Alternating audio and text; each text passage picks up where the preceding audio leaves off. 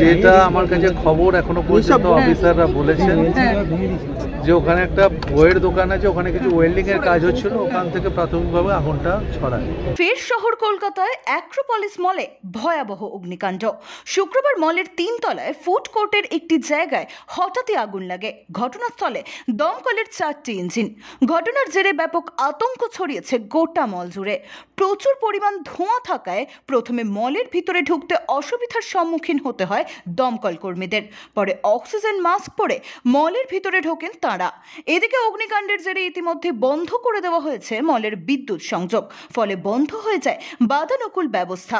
সেক্ষেত্রে অ্যাক্রোপলিস মলের ভেতরের ধোঁয়া ও গরম বাতাস বাইরে বের হওয়ার প্রক্রিয়াও বন্ধ হয়ে যায়। এর জেরে একটা সময় মলের কাঁচ ভাঙার সিদ্ধান্ত নেন দমকল কর্মীরা।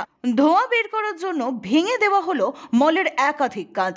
ঘটনার পরই তড়িঘড়ি মলের নিরাপত্তা রক্ষীরা কর্মী ও সাধারণ মানুষকে দ্রুত মল থেকে বের করার প্রক্রিয়া শুরু করেন। তবে অনেকেরই অভিযোগ এমার্জেন্সি ফায়ার এক্সিট পরিষ্কার ছিল না, ফলে সিঁড়ি দিয়ে নিচে নামতে অসুবিধার সম্মুখীন হতে হয় মলের কর্মী ও সাধারণ মানুষকে। तो मेरा लोग काम कर रहा है और बाद में वो बताएगा।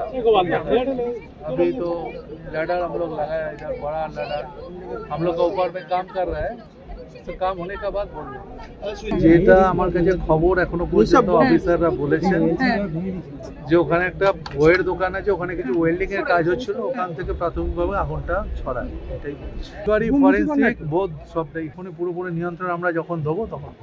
अभी सब कुछ अंडर कंट्रोल में है, कोई चिंता वाली बात नहीं है, एवरीथिंग इज अंडर कंट्रोल। কর্মীরা বারবার অভিযোগ করছে ব্যাপারটা হচ্ছে ইনিশিয়ালি তো আমাদের ফায়ার ফাইটিংটাই তো আমাদের মেইন ব্যাপার।